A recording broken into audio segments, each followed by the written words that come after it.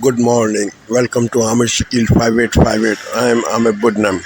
I am thankful to all international news resources and my team following up the news which have been reported by American, European, Canadian, Australian, African, Asian channels and AP, AFP, Reuters news agencies. Now the headlines. Democratic presidential nomination for Kamala Harris today. State of emergency in Florida and thunderstorm in Northeast USA. Many countries have earned gold medals in Paris Olympics. China is on top, US second and France third. Released prisoners from Russia meet their families. Middle East is in a state of war after the warning of Iran. Funeral procession held in Doha, Qatar for Hamas leader. US deploying forces in Middle East region to deter Iran from attacking Israel. Riots erupted in City of England. Venezuela, Sudan and Nigeria are in political turmoil. On Wall Street, Dow Jones Industrial, Nasdaq and S&P 500 all went down. Now watch the channels. Tonight, Vice President Kamala Harris secures the Democratic Party presidential nomination. And breaking right now, dangerous storms rolling into the Northeast, plus a state of emergency in Florida. First, Vice President Kamala Harris making history. Democratic Party delegates putting her over the top today, making her the first black woman and Asian American to become a major party's candidate for president. Delegates casting their votes during a virtual convention, Harris unopposed. She will officially accept the nomination next week when she's also expected to introduce her running mate, who she's meeting with this weekend. Selena Wang with new reporting. Also tonight at this hour, dangerous storms on the move in the Northeast. A severe thunderstorm watch in Philadelphia. A new tropical threat developing in the Southeast. Tropical storm watches and warnings now posted along the Florida coast. More than 150 million Americans under heat alerts from California to New York. Our weather team timing it all out. 24 hours after that historic prisoner exchange, 3 freed Americans released from Russia now back on U.S. soil. Their emotional homecoming, greeted by family and President Biden, now being evaluated at a military base in San Antonio. And the freed Wall Street Journal reporters' stunning final request before leaving Russia. The Middle East on high alert over Iran's promise of revenge for the assassination of a top Hamas leader in Tehran. His funeral held today. The Pentagon revealing the U.S. is deploying more military assets, including fighter jets and destroyers to the region. Here in the U.S. tonight, the stock market taking a major hit, a disappointing jobs report sending the Dow plunging. Tragedy at the Grand Canyon, a base jumper falling 500 feet to his death. Justin Timberlake pleading not guilty to alleged driving while intoxicated in the Hamptons. What the judge did today. And Team USA raking in the medals at the Summer Games in Paris. The world's fastest woman, Sha'Carri Richardson, making her long-awaited Olympic debut. From ABC News World Headquarters in New York, this is World News Tonight with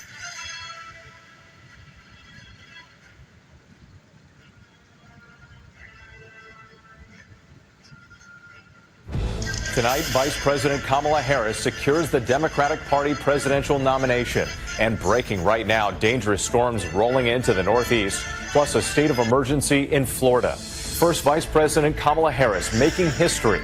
Democratic Party delegates putting her over the top today, making her the first black woman and Asian American to become a major party's candidate for president. Delegates casting their votes during a virtual convention, Harris unopposed. She will officially accept the nomination next week when she's also expected to introduce her running mate, who she's meeting with this weekend. Selena Wang with new reporting. Also tonight at this hour, dangerous storms on the move in the Northeast. A severe thunderstorm watch in Philadelphia. A new tropical threat developing in the Southeast. Tropical storm watches and warnings now posted along the Florida coast. More than 150 million Americans under heat alerts from California to New York. Our weather team timing it all out. 24 hours after that historic prisoner exchange, 3 freed Americans released from Russia now back on U.S. soil. Their emotional homecoming, greeted by family and President Biden, now being evaluated at a military base in San Antonio. And the freed Wall Street Journal reporter's stunning final request before leaving Russia. The Middle East on high alert over Iran's promise of revenge for the assassination of a top Hamas leader in Tehran. His funeral held today. The Pentagon revealing the U.S. is deploying more military assets, including fighter jets and destroyers, to the region. Here in the U.S. tonight, the stock market taking a major hit, a disappointing jobs report sending the Dow plunging. Tragedy at the Grand Canyon, a base jumper falling 500 feet to his death. Justin Timberlake pleading not guilty to alleged driving while intoxicated in the Hamptons. What the judge did today. And Team USA raking in the medals at the Summer Games in Paris. The world's fastest woman, Sha'Carri Richardson, making her long-awaited Olympic debut. From ABC News World Headquarters in New York, this is World News Tonight with David Muir. Good evening. It's great to have you with us on this Friday night. I'm Whit Johnson in for David. And we begin tonight with a historic day in the race for the White House. Vice President Kamala Harris cementing herself as the Democratic Party's presidential nominee, the first black woman and Asian American to top a major party ticket. Vice President Harris nominated during a virtual convention, delegates voting online, putting her over the top. The party deciding not to wait until the Democratic National Convention in Chicago later this month. Harris is also the first presidential candidate in more than 50 years to secure her party's nomination without a single primary vote. The typical process upended when President Biden dropped out of the race less than 2 weeks ago. Since then, her campaign taking in $310 million, more than doubling the Trump campaign. And now the search for a running mate enters its final stage. Sources telling ABC News Vice President Harris could meet with some contenders this weekend, and an announcement just days away. ABC's senior White House correspondent Selena Wang leads us off. Tonight, Kamala Harris making history. The vice president securing enough votes to clinch the Democratic nomination for president. The first black woman, the first Asian American to be at the top of a major party ticket. I am honored to be the presumptive Democratic nominee for President of the United States. Harris calling into the Democrats' virtual roll call to celebrate the moment. You know, it's not going to be easy, but we're going to get this done. And as your future president, I know we are up to this fight. And when we fight, everyone will say in unison, we win. It's been a remarkable 2 weeks for Harris. Just 12 days ago, President Biden announcing he would no longer seek re-election, throwing his weight behind Harris, his vice president, to succeed him. Now she's the nominee without receiving any primary votes, something that hasn't happened in a half century. With just 94 days until the election, our 538 polling average shows a very tight race. Harris up 1.5 points over Donald Trump nationally, shrinking the margins in crucial swing states. Harris now with a slight edge over Trump in Michigan, Wisconsin, and Pennsylvania. And now, Harris's most pressing decision, who she'll pick as a running mate. The announcement expected any day. President Biden in on the decision. Have you spoken to Vice President Harris about her running mate? Those who've been thoroughly vetted for the ticket include Arizona Senator and retired astronaut Mark Kelly, the husband of Gabby Giffords, Minnesota Governor Tim Walz, retired school teacher and former congressman, and popular Pennsylvania Governor Josh Shapiro, like Harris, a former prosecutor. Shapiro, who is set to headline fundraisers for Harris in New York, clearing his weekend schedule. Governor, do you expect Kamala Harris to ask you to run I think that's a question for the Vice President. Governor, are you planning on meeting with Vice President Harris this weekend? I think any process questions like that should go directly to the Harris campaign. Governor, you said the last time you spoke to Vice President Harris was last Sunday. Is that still true? It is. If you're not going to the Hamptons this weekend, what are you doing instead? Can I tell you what I'm doing? Are you not being in Philadelphia on Tuesday by chance? I hope to be, yeah.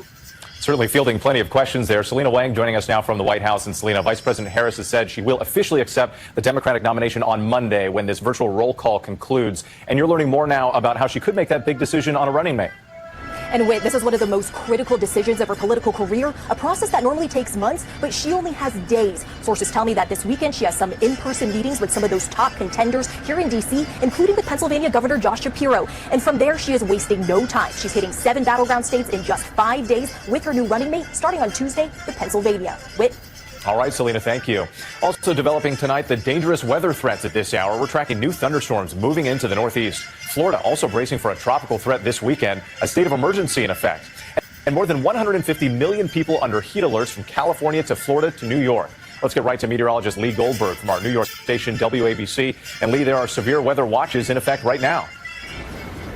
With a suffocating air here in the northeast is sparking storms. A severe thunderstorm watch includes Philadelphia, much of southern New Jersey, and also down to Del Mar, with downpours damaging winds a possibility through 9 o'clock tonight. Well, the heat is the reason for this, and it really swarms the entire country. In fact, it'll feel like 109 in New Orleans tomorrow. Remember, that heat goes into Florida, where they're preparing for a tropical system. Now, this low right now is working over Cuba, likely a depression tomorrow. A tropical storm tomorrow night named Debbie parallels the coast. Storm surges, heavy rain, maybe a landfall in the Big Bend by the end of the weekend, and then flooding rains to the southeast. You can see some of the worst of that could be over Sunday morning on the west coast of Florida. Rainfall totals could be over a half foot there, and that would extend into the southeast U.S. too, especially if the storm gets trapped. It could be more than a half foot of rain.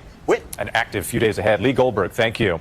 We move on now to the historic prisoner exchange and the emotional homecoming for 3 Americans wrongfully detained in Russia. All 3 now at Joint Base San Antonio for physical and mental health exams. Retired Marine Paul Whelan saying he's glad to be home and he's never going back. ABC's Maria Villarreal in San Antonio tonight.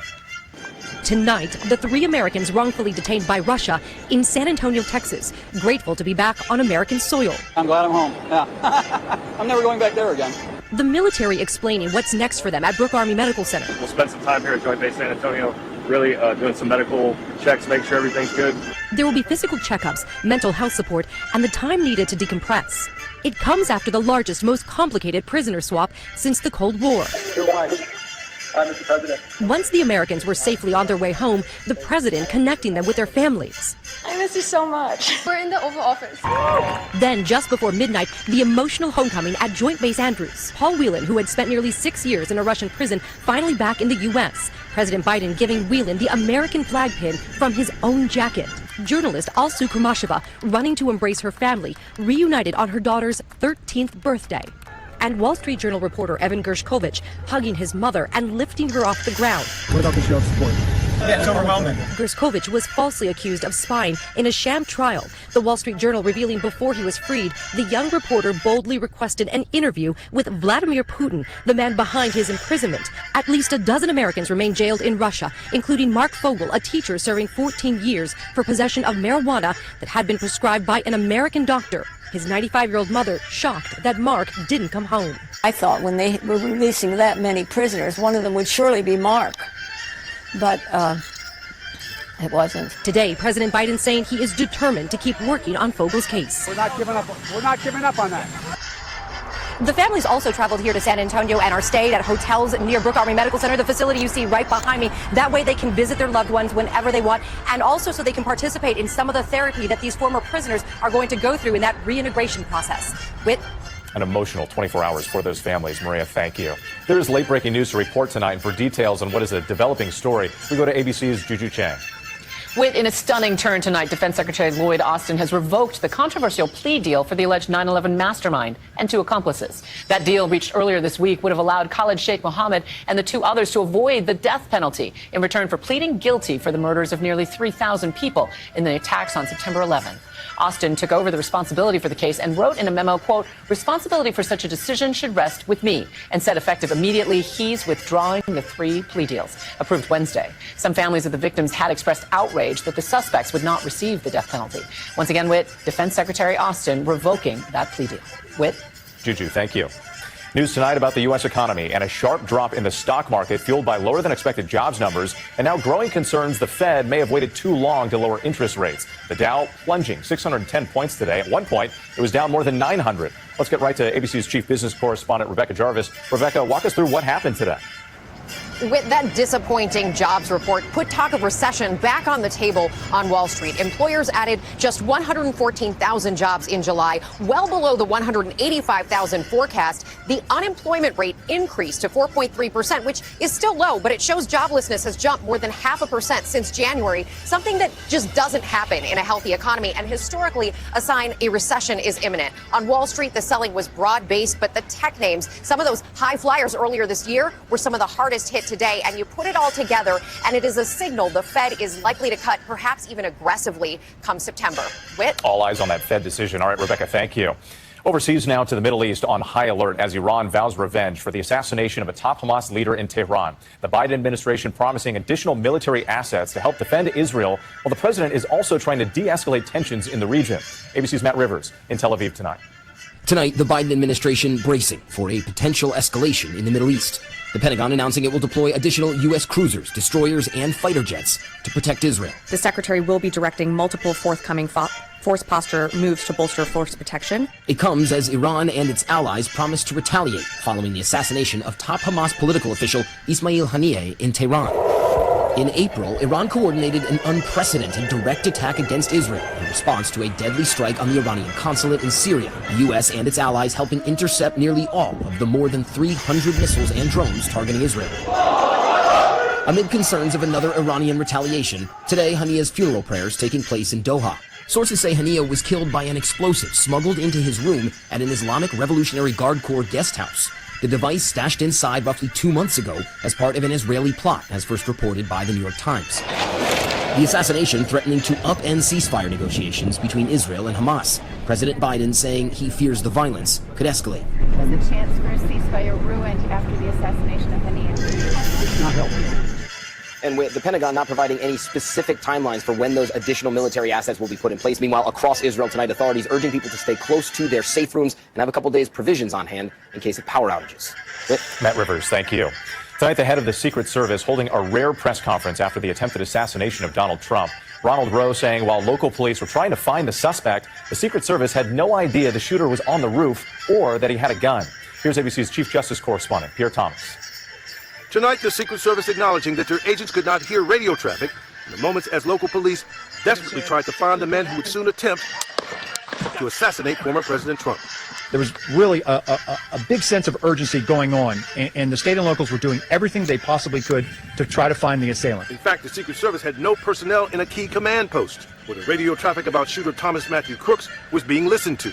There was clearly radio transmissions that may have happened on that local radio net that we did not have. Acting Secret Service Director Ronald Rowe holding a rare press conference today.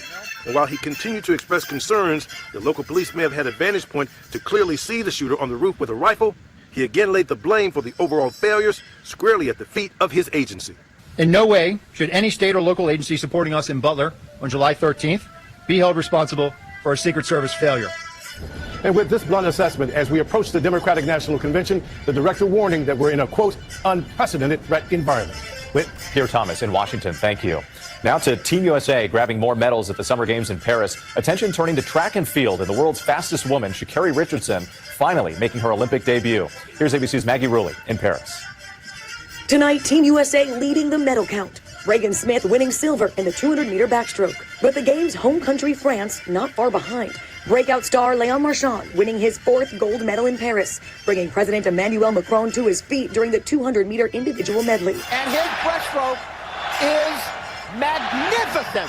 Some calling him the next Michael Phelps, already shattering some of his records. And heartbreak for Team USA's Caleb Dressel, knocked out of contention in his 2 best races. Track and field just firing up. Grant Fisher winning bronze in the 10,000-meter final. And the fastest woman in the world, Sha'Carri Richardson, easily sailing through her first heat. The 24-year-old making her Olympic debut after missing Tokyo when she tested positive for THC. And 2-time Olympian Noah Lyles seeking to become the world's fastest man. Well, you talk about that title. I mean, so many people say, is this it? Is this the next Usain Bolt? Never. Never. I'm the first and only Noah Lyles. And this weekend is also looking strong for Team USA in gymnastics and swimming, where both Simone Biles and Katie Ledecky are looking to add even more gold medals to their already historic games. That'll be something to watch. Maggie Rulli, thanks so much. When we come back, the search for answers after a base jumper plunges 500 feet to his death in the Grand Canyon. And Justin Timberlake in court today in New York, the judge's warning to his attorney. Next tonight, authorities investigating a deadly fall at the Grand Canyon. Park rangers say a base jumper fell to his death, plunging 500 feet from the rim. Rangers recovering his body today. His parachute had deployed. It's the second deadly fall at the Grand Canyon this week. The Justice Department is suing TikTok and its parent company ByteDance over allegations of child privacy violations. The DOJ claims the company illegally collected the data of millions of children under the age of 13 and allowed them to create accounts without their parents' permission. This just days after the DOJ, in a separate case, called the company a threat to national security. When we come back, Justin Timberlake appearing in court for a DWI charge and what the judge did today. To the index now, one of the multiple fires raging across Colorado is now being investigated as arson. The Quarry Fire in Jefferson County, southwest of Denver. Investigators say they found suspicious evidence where the blaze first started. And that massive wildfire in Northern California, the Park Fire, is now the fourth largest in the state's history, scorching more than 397,000 acres. At least 542 structures have been destroyed. Justin Timberlake not guilty to charge. The judge survivors reprimand for conduct. Also the gag history and the new world record.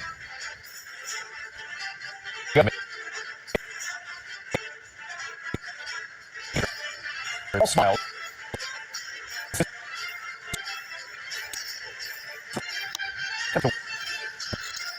Well, she tells ABC News, quote, "I think my success in fencing has helped stereotypes about what black people can do and who can be a fencer." Team USA also winning its first rowing gold medal in the men's 4 class since 1960. Justin Best on the podium, emotional, telling ABC News it was a dream accomplished. "I'm so proud to represent the United States." And congratulations to all of our athletes, making us proud. I'm Wade Johnson in New York. Have a great night. Thank you for...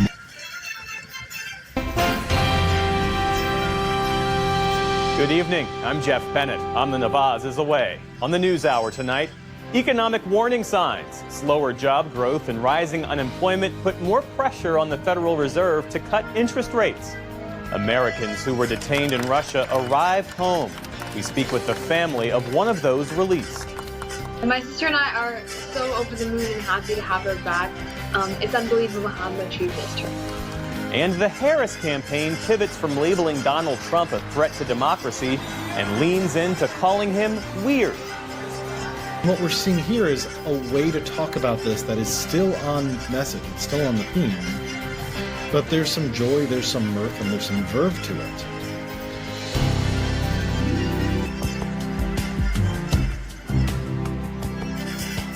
New information about the assassination attempt on former President Donald Trump starts the day's other headlines. Acting Secret Service Director Ronald Rowe said today that his agents were not on the same radio system as local law enforcement on the day of the shooting. That cost valuable time when local police warned via radio that there was an armed assailant on the roof of a building outside the security perimeter. This afternoon, Rowe told reporters his agency takes full responsibility. It's after he partially blamed local law enforcement during congressional testimony earlier this week. This was a Secret Service failure, and so they should not be blamed. There was somebody who did, in fact, radio out that they had seen the individual with a weapon. What I can tell you is that that piece of information, that vital piece of information, and by no fault of anyone, it was a very stressful situation. It did not make it over. Rowe said he'll consider having Secret Service inside what's called the Unified Command Post, which is operated by local authorities at all times going forward to ensure better communication. Turning abroad now to Venezuela's disputed presidential election, the Biden administration has now officially recognized Nicolás Maduro's challenger, that's opposition candidate Edmundo González, as the winner. Other countries, including Argentina, Ecuador, and Costa Rica, have done the same. It all comes as a fellow opposition leader, Maria Corina Machado, said masked men ransacked her party's headquarters overnight. That raid follows threats by top officials, including from Maduro himself, that he would arrest his political rivals. Maduro has yet to produce evidence of his claimed victory. Mourners held a funeral for slain Hamas leader Ismail Haniyeh today, days after he was assassinated in Tehran. Attendees prayed over Haniyeh's coffin at the National Mosque in Qatar, where he'd lived for the last several years. Palestinians in Jerusalem also mourned his death. Haniyeh was a main negotiator for Hamas and ceasefire talks with Israel. Last night, President Biden said the assassination was not helpful for negotiations, and he urged Israeli Prime Minister Benjamin Netanyahu to act quickly. I'm very concerned about it. I had a very direct meeting with Prime Minister, and very good. We have the basis for a ceasefire. He should move on it, and they should move on it now. Meantime, Hezbollah resumed rocket and artillery fire against Israel today. It ended a pause in these cross-border strikes following Israel's killing of a top Hezbollah commander in Beirut this week. The leading global authority on food security has officially declared a famine in the Darfur region of Sudan, where more than 500,000 people have fled from the spiraling violence of that country's civil war. Special correspondent Layla Molana Allen has this report from inside Sudan. I'm in Port Sudan, which is the Sudanese government's wartime capital after the capital Khartoum was seized last year by the Rapid Support Forces militia. And after weeks of dire warnings, the World Food Programme says it has found evidence of famine in Zamzam camp in North Darfur, where around 200,000 displaced people live, and immediate risk of famine in 14 other areas of Sudan. That means that over 20% of people in those areas are at immediate risk of starvation, malnutrition, and death. If nothing is done by September, millions of people in Sudan could be facing full famine, which would be the greatest famine of recent decades. The Sudanese armed forces and the government say there is no famine anywhere in Sudan, and they deny claims that they have been stopping aid crossing posts into RSF territory. For the PBS NewsHour, I'm Layla Molana Allen in Port Sudan. Today, both the UN and USAID led renewed calls for a ceasefire so that humanitarian assistance could get through. Aid workers haven't been able to get supplies to the destitute camps in Darfur since April. Back in the U.S., the Justice Department and Federal Trade Commission have sued TikTok and its parent company ByteDance. They claim the social media app violates online privacy by failing to seek parental consent before collecting data on children under the age of 13. In a statement, TikTok said it offers, quote, age-appropriate experiences with stringent safeguards. On Wall Street, the poor jobs numbers today sent stocks into a free fall over investor concerns that the economy could be weakening. The Dow Jones Industrial Average plummeted over 600 points. The Nasdaq dropped by over 2%, and the S&P 500 lost 100 points. And a spoiler alert, we have the latest from today's action at the Paris Olympics. One of Team USA's star sprinters, Sha'Carri Richardson, made her first Olympic strides today, breezing through her opening heat of the 100 meters. Americans also secured a spot in the final for the 4x400-meter mixed relay, breaking the world record along the way. In the pool, Léon Marchand of France extended his dominant swimming streak with a fourth gold in front of a home crowd. But it's Team USA who leads the medal count at the end of week one, with 43 medals overall. Still to come on the NewsHour, Jonathan Capehart and Eliana Johnson analyze the busy week of news at home and abroad. A new book looks at the fascinating true story of a formerly enslaved man who was crucial to creating Jack Daniel's whiskey. And poetry comes to the national parks. This is the PBS. But now we are only 95 days until Election Day, 46 days until early voting begins. A shocking new development from Kamala Harris. Now, for the very first time since her coronation, the Democratic hopeful spoke off script. It was just one sentence about the hostage release, but even that didn't go particularly well. It was another one of those word salads that didn't quite make any sense, and Joe Biden was looking on, as per usual, totally dazed and confused. And for the first time in a while, I really can't blame him. Take a look. This is just an extraordinary testament to the importance of having a president who understands the power of diplomacy and understands the strength that rests in understanding the significance of diplomacy and strengthening alliances. It's an incredible day. At least Joe has an excuse. What in the world was she trying to say? This is not rocket science. She was there to congratulate the American hostages on a safe return home. Clearly, this is why Kamala rarely ever speaks off script or takes questions without a teleprompter, but it's not the only reason. As Kamala likes to say, she just didn't fall out of a coconut tree. She has a long and public track record of very radical, extreme, and frankly dangerous positions on just about everything, from immigration, law and order, the economy, energy independence, foreign policy. Now, these are bread and butter issues that impact every one of you. But now Kamala, with the help of the state-run media mob, is trying to obscure this record. She's now hiding behind her own staffers, and just like Joe is hiding in his basement in 2020, and the media is helping her instead of him, Now, the campaign spoke to numerous outlets to inform them that Kamala Harris has experienced in the last week a miraculous election year conversion and doesn't actually support many of her once very held strong beliefs. The conversation on major issues only occurred after she became the presumptive nominee, now nominee. Unfortunately for Kamala, well, her positions are well documented in her own words, and they're afraid of her own words. Every day we unearth new videos of your vice president, your Democratic presidential candidate, spewing extreme, dangerous, and pretty radical rhetoric. And I'll tell you right now, your rhetoric is insane. Now, there are various videos the media, frankly, they don't want you to see. They're never going to play them. They'll not ask her. They're okay with not interviewing her. They're okay with no press conferences. But we're going to play them every single night. We have the Kamala files, as we call them, on Hannity.com. You can download them yourself, give them to your friends and family and coworkers and strangers. Anyway, for example, here's Kamala Harris berating Americans for saying Merry Christmas. Why? Because illegal immigrants, they're not having a Merry Christmas. So don't you dare say Merry Christmas. And only when they cleared that vet did we give them DACA status. And now we're talking about taking it away. It is morally wrong. And when we all sing happy tunes and sing Merry Christmas and wish each other Merry Christmas, these children are not going to have a Merry Christmas. How dare we speak Merry Christmas? How dare we? They will not have a Merry Christmas. They don't know if they will be here in a matter of days, weeks, and months. Radical, extreme, bizarre, weird even.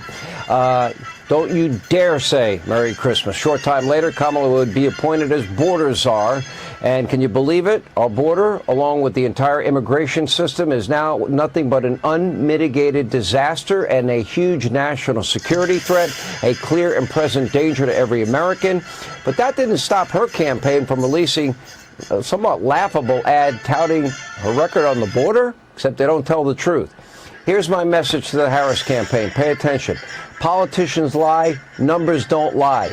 And here are the numbers. Since becoming the border czar, and she's the border czar, Kamala allowed more unvetted illegal immigrants into our country than ever before in the history of the United States. In fact, under Harris, there has been more illegal immigration than anywhere in the history of the world. You know, almost 11 million unvetted illegals from 180 countries, with many with terror ties, many countries that are enemies of our country. And she wants a promotion. She has blood on her hands. Many Americans raped, murdered by Joe and Kamala's unvetted illegal immigrants under their watch. Tens of thousands dead from fentanyl pouring across our border. Mexican cartels emboldened like never before. Make no mistake, what is happening at the border is not some big random coincidence out of Kamala's control. They bragged about undoing the Trump policies. For years, she has vilified ICE and border security officials. She promised mass amnesty to illegal immigrants. She called for illegal immigration to be decriminalized, and then proposed giving free health care to illegal immigrants, free education to illegal immigrants.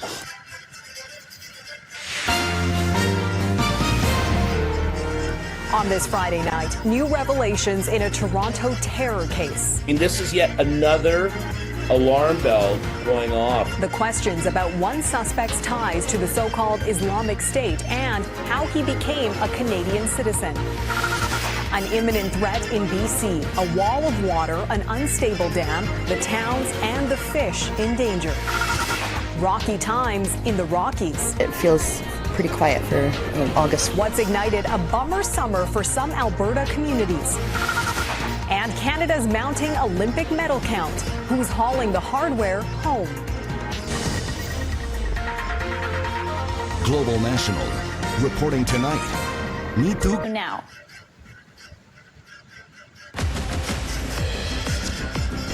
Tonight, triumph and tears. Shocking finishes from the pool to the track, capping a whirlwind first week of the Paris Olympics for Team USA. American Grant Fisher etching his name in the history books, taking bronze in the 10K, only the second U.S. runner to medal in more than half a century. But the U.S. swimmers suffering a series of key defeats. Caleb Dressel devastated after placing 6th in the men's 50-meter freestyle. And Reagan Smith finishing second. We spoke to Reagan moments after her silver. France's hometown hero, Léon Marchand, electrifying the crowds with his 4th gold of the games. And at Rolling Golf,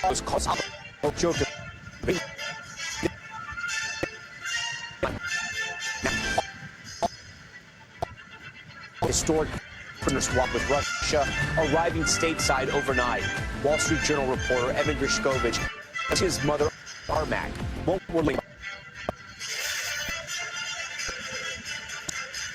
The Americans, an accused couple of Russian spies so far undercover. Their kids reportedly didn't know they were Russian or who President Vladimir Putin was until they were greeted by him. Our Keir Simmons breaks down the chilling resemblances. Plus, nation locked in. Vice President Kamala Harris winning enough delegates to the president nomination now in its final stages. Also tonight, the man who pleaded guilty to stealing a statue of Jackie Robinson sentenced in a Kansas courtroom. How long behind bars? At Team USA Golden Girls, my interview with U.S. gymnasts Suni Lee and Jordan Childs, what they told me about their dominant showing and how they're preparing for the events. Their own top story starts right now.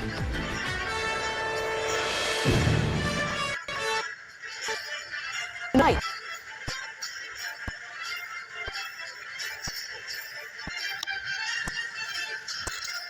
Has earned more than the majority of and will be the nominee of the Democratic.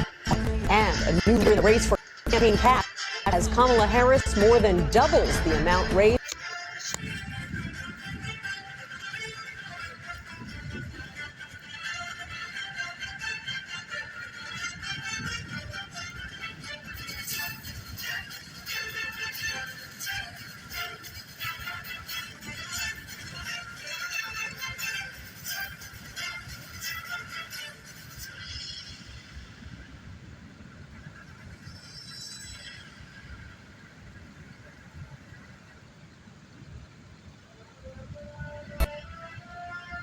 There's been yet another delay in the sentencing of former fashion mogul Peter Nygard. The 83-year-old was found guilty of 4 counts of sexual assault last November.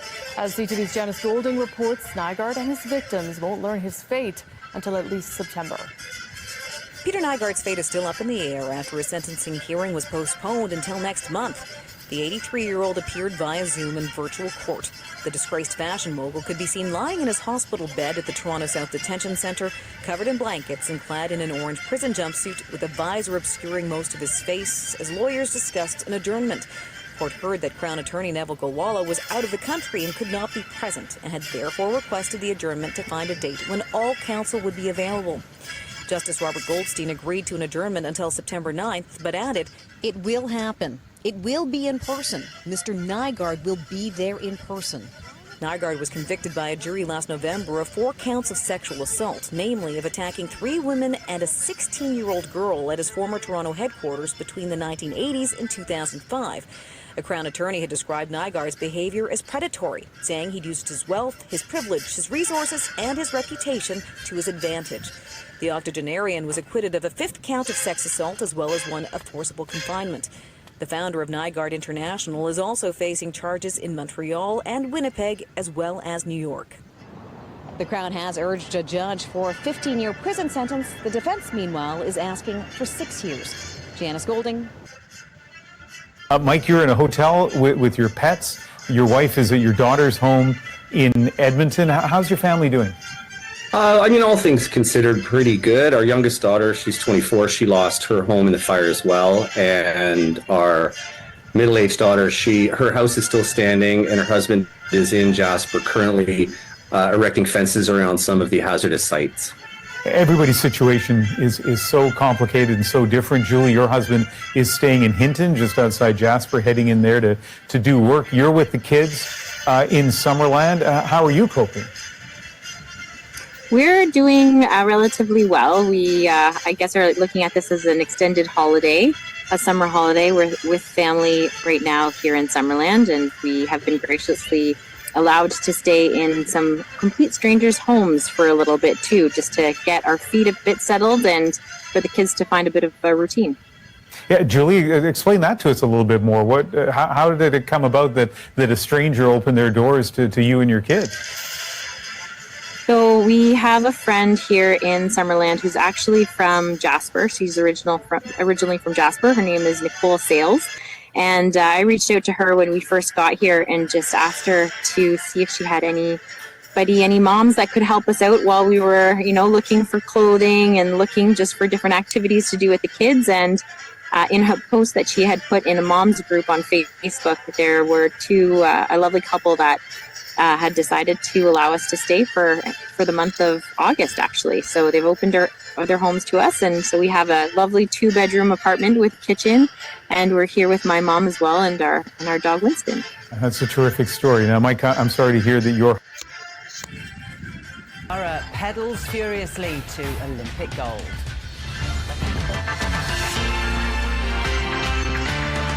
Hello, welcome to ABC News. I'm Lorna Dunkley.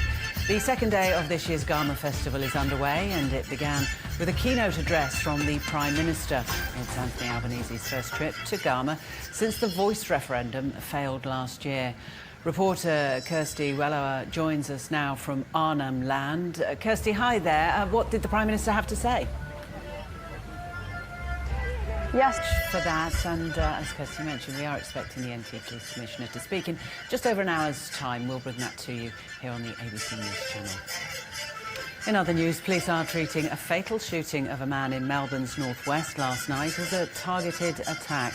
Alex Alvaro reports from Burnside Heights. Well, neighbours we've spoken to here on Tenterfield Drive say they're surprised this incident happened in such a quiet area. Police were called to this street in Burnside Heights in Melbourne's northwest around... And New South Wales police are investigating what they believe was a targeted double shooting in Sydney's southwest. Authorities were called to the suburb of Claymore this morning after reports of separate assaults on Proctor Way and Dobell Road. Both men were treated by paramedics before being taken to hospital. Police have established a crime scene and an investigation has begun. Shortly after 9:30am this morning, police were called to a shop in Claymore. A 48-year-old man has been killed in an incident at a mine in Queensland's Bowen Basin. Authorities were called to the Biowen surface coal mine in the Bowen Basin this morning after reports of a worker suffering life-threatening injuries. The man was unable to be saved. An investigation into the incident is now underway. It's been a gold rush in Paris this morning. Australia's Cam McAvoy created history, winning gold in the men's 50-metre freestyle at the Olympics with a time of 21.25 seconds. Kaylee McEwen once again dominated the field in the women's 200-metre backstroke to claim her second gold of the Games.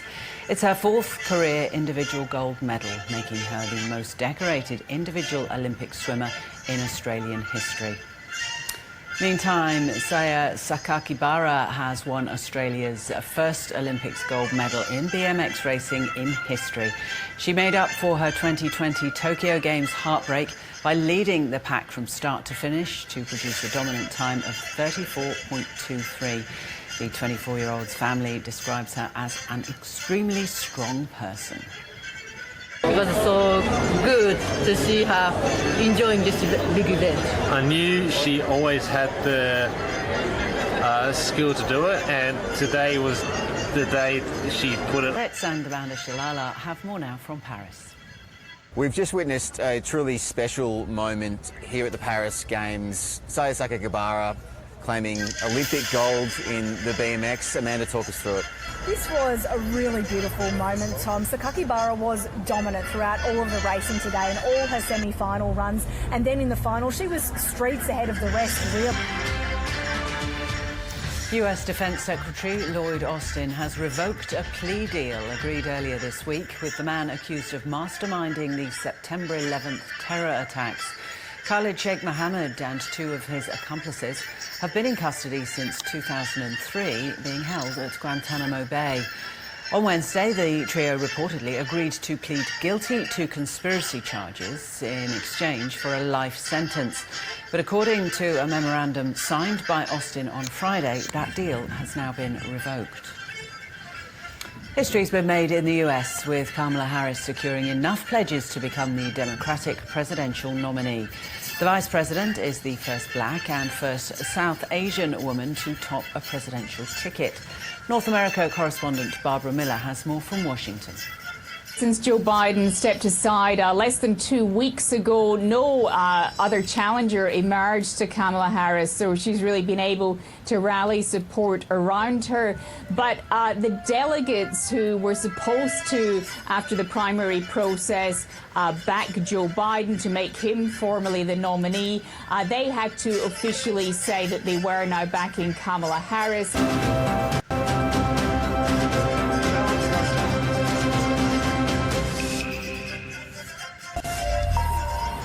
Hello and welcome to Daybreak here on France 24. These are this morning's main news headlines. Making a splash from swimming to BMX to judo, French athletes delight the home crowds with another string of gold medals at the Olympics. As Venezuela braces for further protests this Saturday, authorities ratify President Nicolas Maduro's disputed election victory. It comes as a growing number of nations recognise his opposition rival as the true winner of the vote. And we're in it together, says US Vice President Kamala Harris, as she wins enough delegates to secure the Democratic Party's nomination in the race for the White House.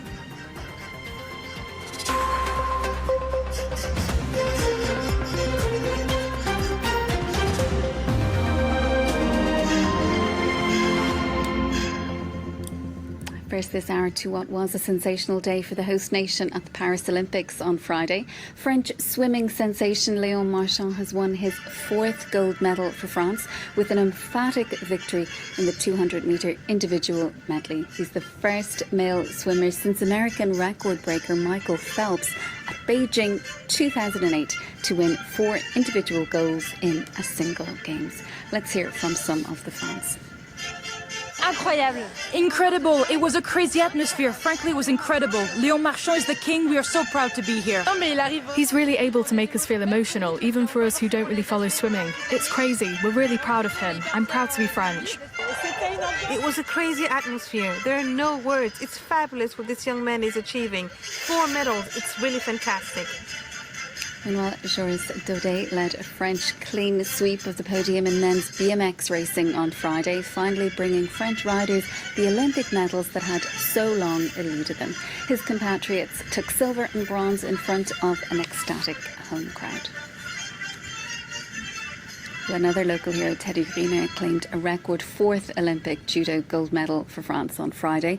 The 35-year-old capped an incredible career by becoming the second 3-time individual Olympic gold medalist in the sport's history. France 24's Jean-Emile Jamin takes a closer look at the career of the judoka who lit the cauldron during the opening ceremony alongside 3-time Olympic champion Marie-Josée Pérec. As soon as he turned professional, Teddy Riner began winning titles.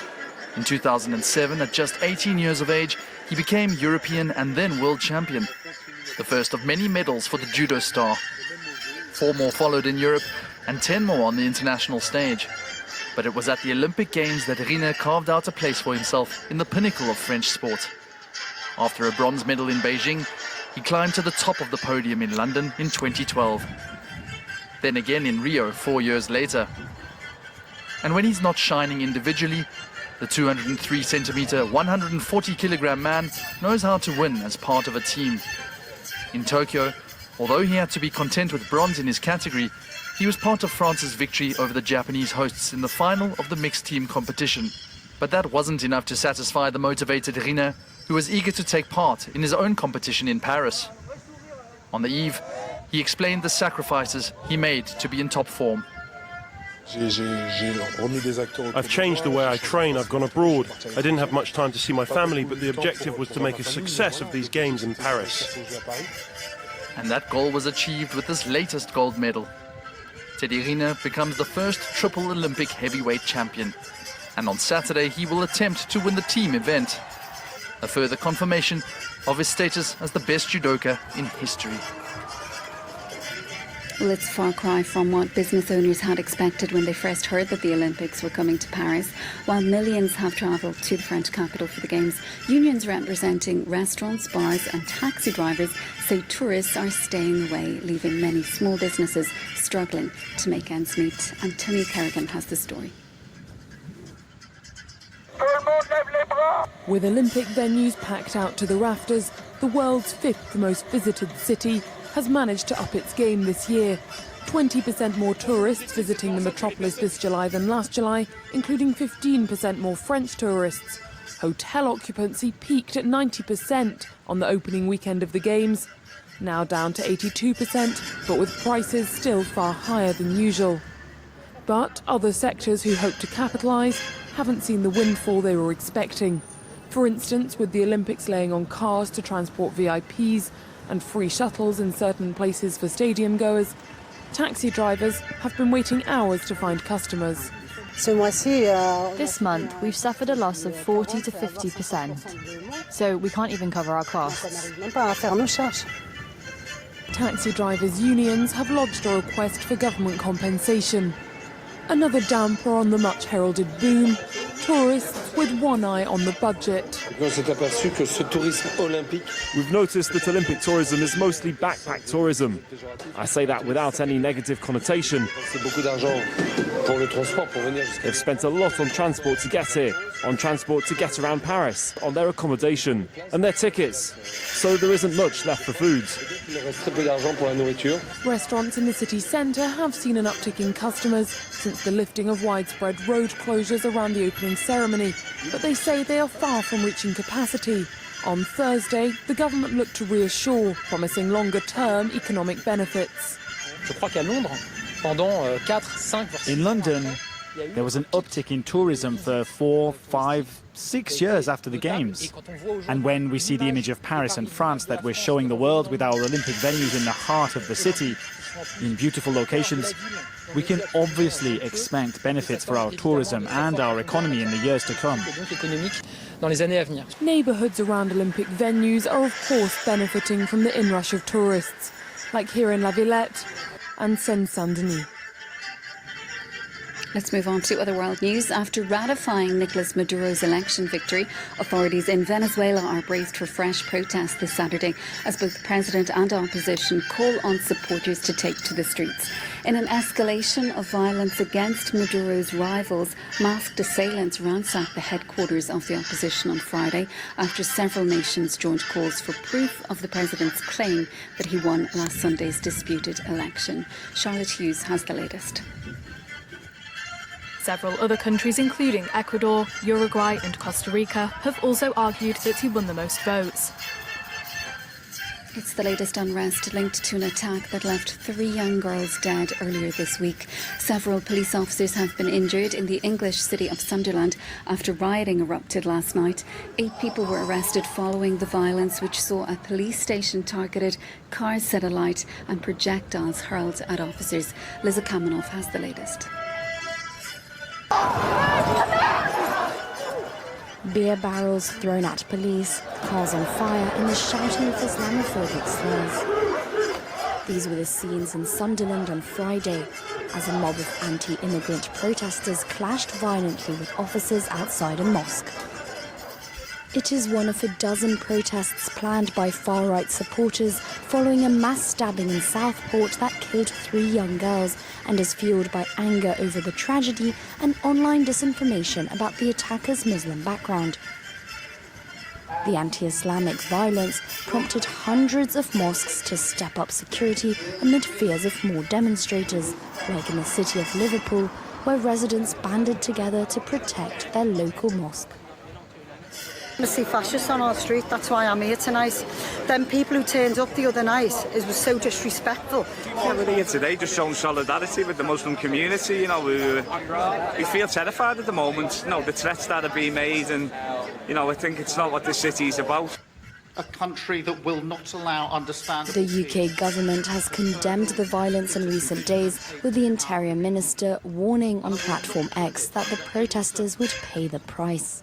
Criminals attacking the police and stoking disorder on our streets will pay the price for their violence and thuggery. The police have the full backing of government to take the strongest possible action and ensure they face the full force of law. The 17-year-old attacker, who appeared in court earlier this week, was charged with 3 counts of murder and 10 counts of attempted murder. Police nationwide are now preparing for more planned far-right rallies and other demonstrations due to take place over the weekend. It comes just 2 days after a plea deal was reached for 3 suspects accused of plotting the 9/11 attacks. The US Defense Secretary has revoked the controversial agreement that would have seen the men face a life sentence instead of the death penalty at Guantanamo Bay. Lloyd Austin says he's relieved the head of the facility's war court of her authority to enter into pre-trial agreements in the case and has himself taken on the responsibility. Well, it confirms her remarkable rise to party standard bearer in November's showdown. US Vice President Kamala Harris has effectively secured the Democratic Party's presidential nomination. The first black and South Asian woman ever to secure a major party's nomination, she'll be officially put forward at a convention in Chicago later this month. Her rival, Donald Trump, meanwhile, has agreed to a debate with her next month. With the details, here's Charlotte Hughes. Well, that is it from us for now. Stay with us, though, for more world news here on France 24.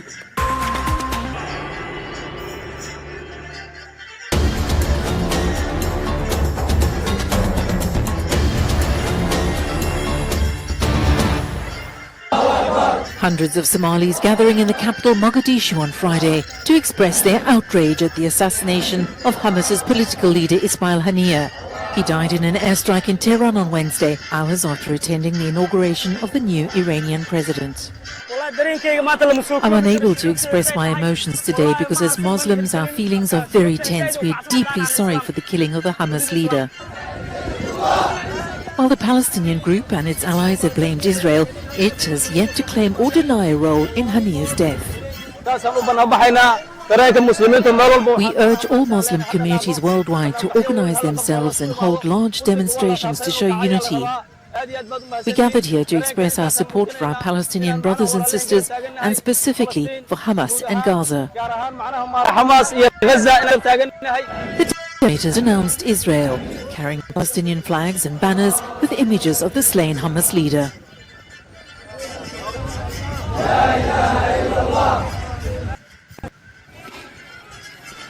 Police came out in force to disperse protesters carrying placards and flags in the capital Abuja, as in other cities across Nigeria Thursday. At least 13 protesters were killed in clashes in several states, rights groups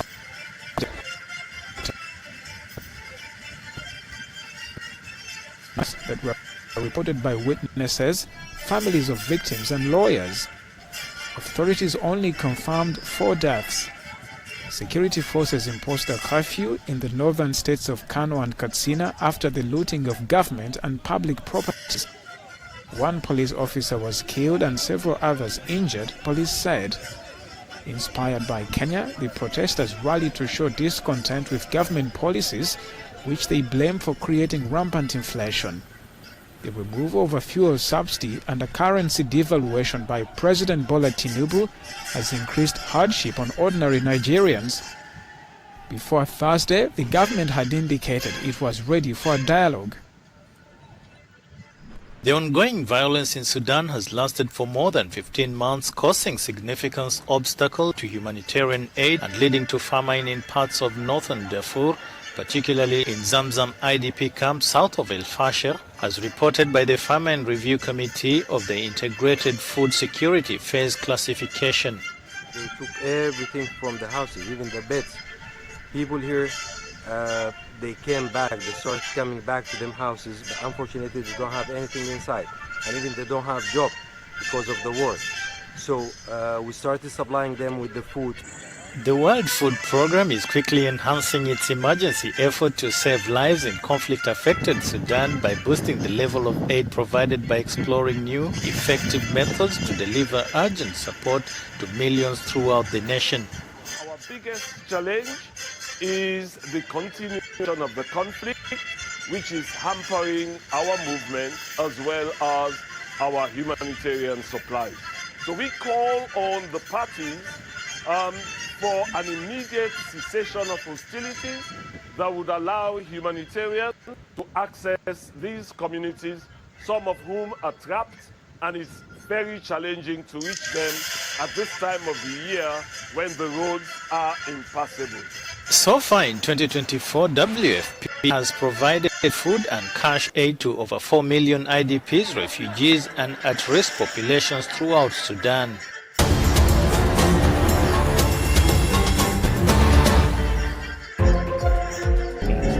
But accidents happen.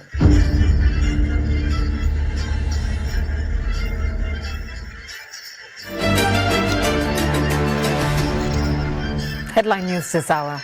The U.S. announces changes to its military posture in the Mideast as fears mount of retaliatory action against ally Israel following the killing of Hamas and Hezbollah leaders.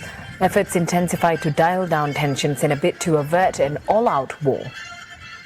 Secretary Austin highlighted that further escalation is not inevitable and that all countries in the region would benefit from a de-escalation in tensions, including through completing a Gaza ceasefire and hostage release deal.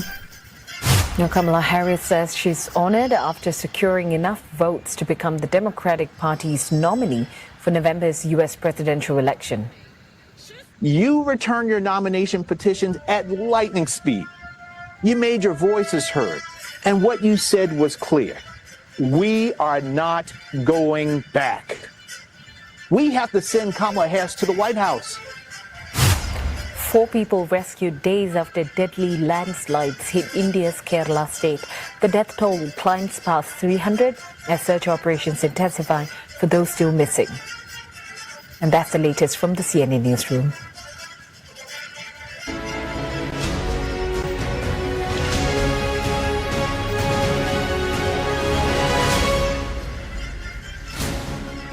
Hello, a very good morning. It's 6 o'clock on Saturday, the 3rd of August. Our top stories here today. A police station is attacked and officers injured as violent disorder breaks out on the streets of Sunderland following a protest over the Southport attack. Home Secretary Yvette Cooper condemns what she calls violence and thuggery and says those responsible will pay the price. Buildings across the UK are lit up in pink in memory of the children killed in the Southport attack. The British-Russian political activist released in the prisoner swap with Russia continues his anti-Putin campaign. Russia deserves so much better than being run by a corrupt, murderous, authoritarian, KGB-led dictatorship. Living with the dead, the people of Gaza driven from their homes and forced to live in a cemetery. After a bumper first week and a Golden Friday, Team GB is on the hunt for more medals in Paris again today. Algerian boxer Imaine Khalif prepares to fight once again as the gender row over who participates in the women's competition.